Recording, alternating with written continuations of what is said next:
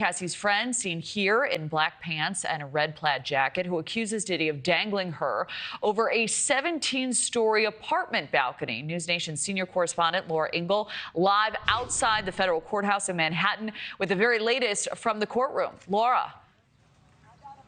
Hey, Kelly. Yeah, we still have Bryana Bongolan on the stand right now. She is being cross-examined, and she really is kind of the witness of the day because she has been talking about this very dramatic incident that she says took place in 2016. She is testifying under immunity today, so she's laying it all out about what happened on this day. So she is a friend of Sean Combs' ex, Cassie Ventura.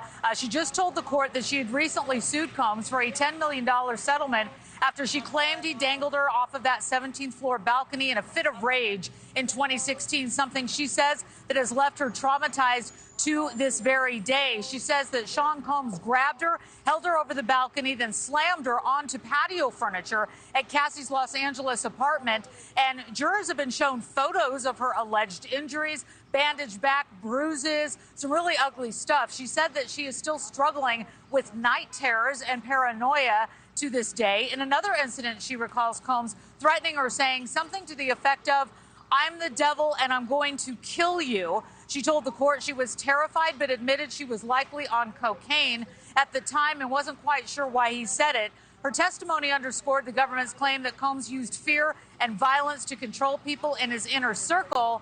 And right now, as I mentioned, she is being cross-examined by the defense, who just came out kind of with this really strong note, and I'll quote, the defense attorney said, "Who gets to decide if you have lied?" So trying to kind of get her on her heels about some of the things that she has said so far. Kelly. Wow.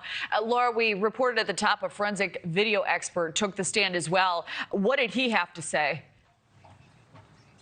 Yeah, this is a guy that comes in with a lot of experience. He has helped both defense attorneys in the past and also for people with the federal prosecution.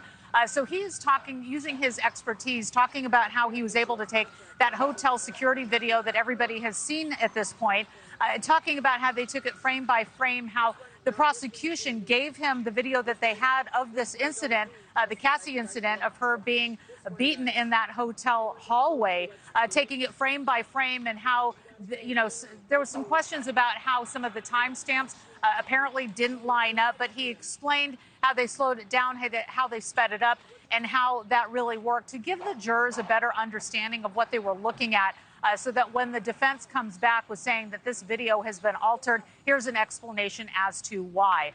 We also heard him talk about some of the other, and pixelation too. That was another big part of talking about these videos that we have been looking at. And he also talked about how he synchronized different camera angles and adjusted time frame rates to create a more accurate timeline for the jurors.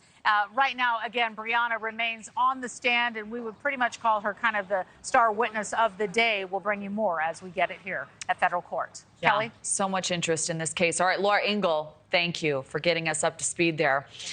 Thank you for watching. Subscribe below and download our NewsNation app right now on your phone, and you will get fact-based, unbiased news for all Americans.